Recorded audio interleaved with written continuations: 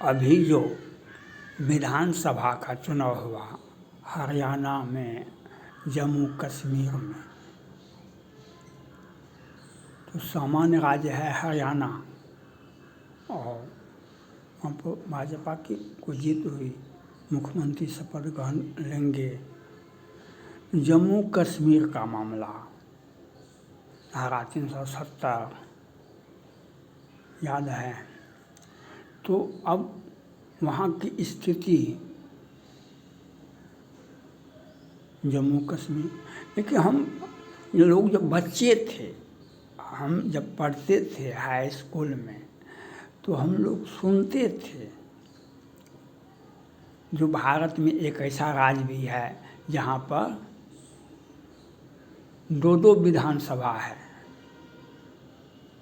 जम्मू कश्मीर में 6 महीना जम्मू में विधानसभा का सत्र चलता था और 6 महीना 6 मंथ ये कश्मीर में बहुत दिनों तक होता रहा।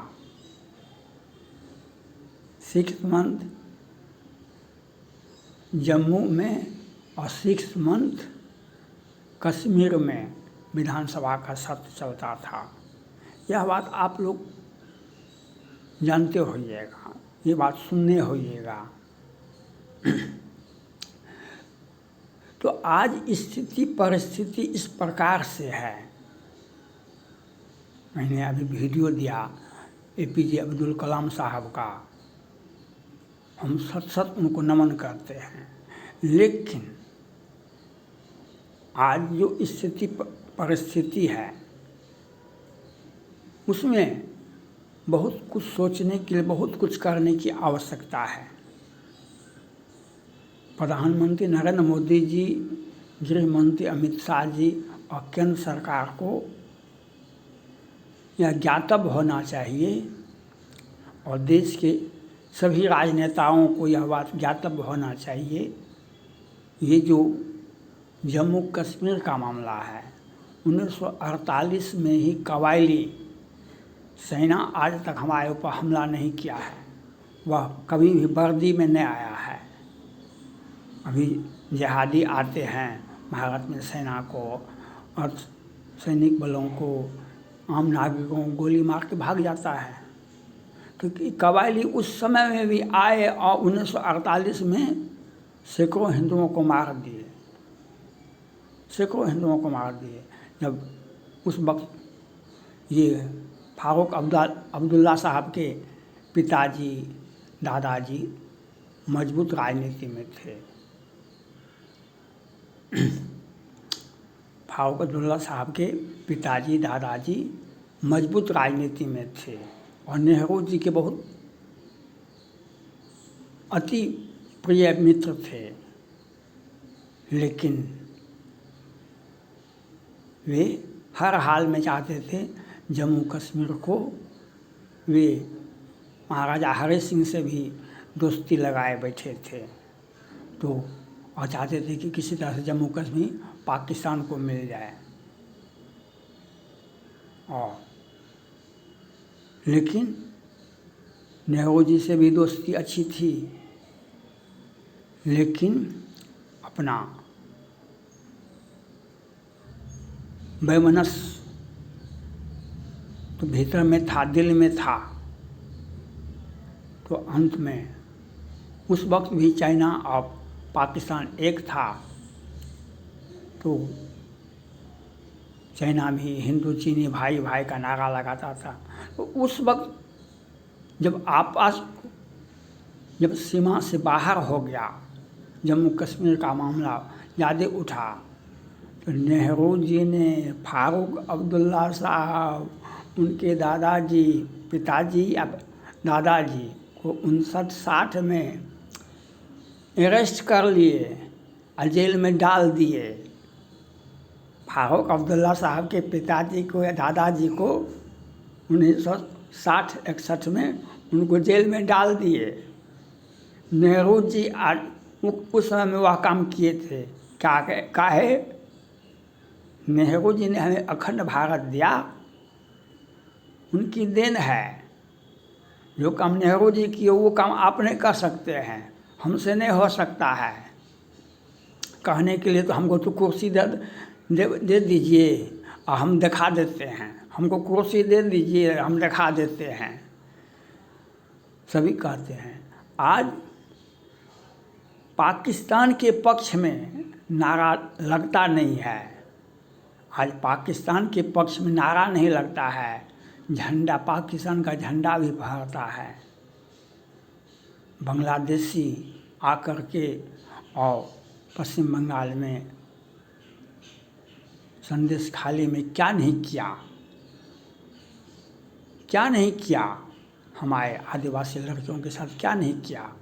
ये देश में निकिता तोमर, नेहा गिरी और श्रद्धा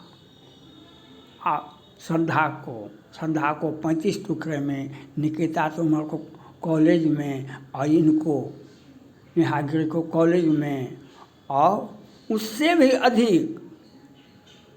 भी अधिक कन्हैयालाल का सरतन से जुड़ा हुआ दिन को जाले में, और सारे आरोपी को जमानत मिल गया कोर्ट से।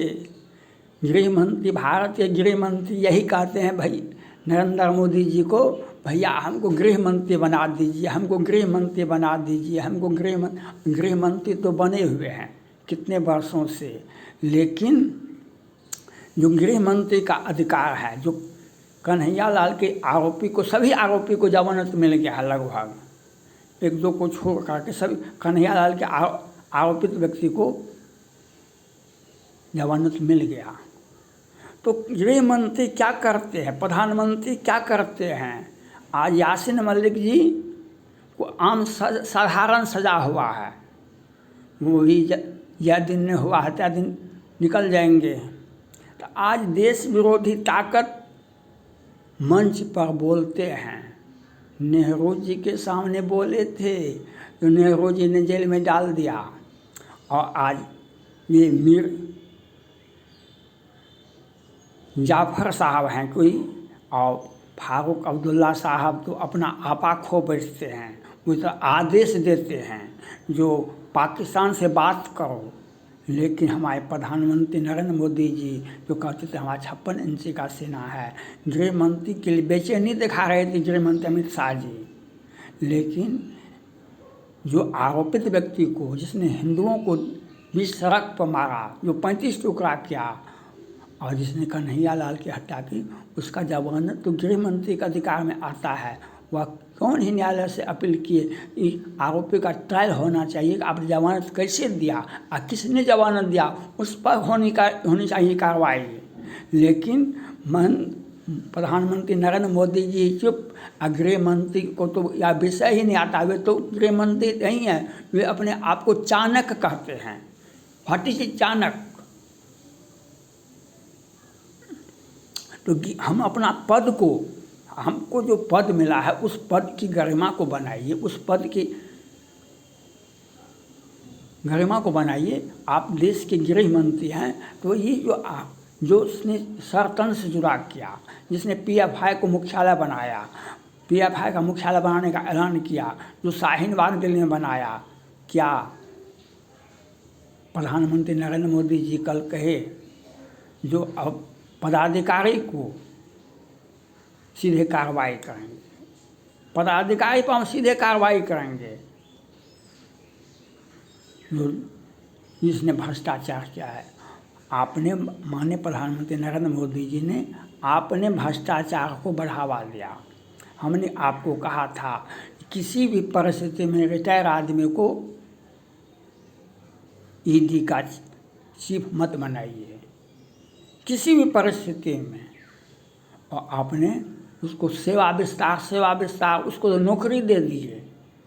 सेवा विस्तार का क्या खेला है हमको तो पता नहीं चलता है, सेवा विस्तार के, और अब क्या हुआ, जनता ने आपसे विमुख हो गया।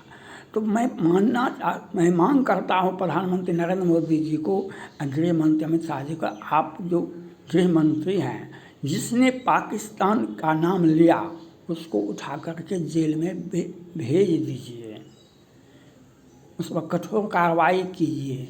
आज बीच मंच पर, देश के बीच भागों में, दिल्ली में, पूरे भारत में, हर राज्यों में भारत विरोधी, पाकिस्तान समर्थित नारा लगता है। इसी का देखा देखी कनाडा में जो खालिस्तानी है वो भी कहते हैं जो भारत में खालिस्तान है। तो आप एक दुश्मन को, एक क्रिमिनल को अगर आप तंग उसको नहीं समेट देते हैं, तो अभी दुर्गा माता का पूजा हुआ, अब काली माता की पूजा होगी। काली माता की पूजा होती है तो काली माता के हाथ में खप्पर होता है। तो वह क्यों होता है?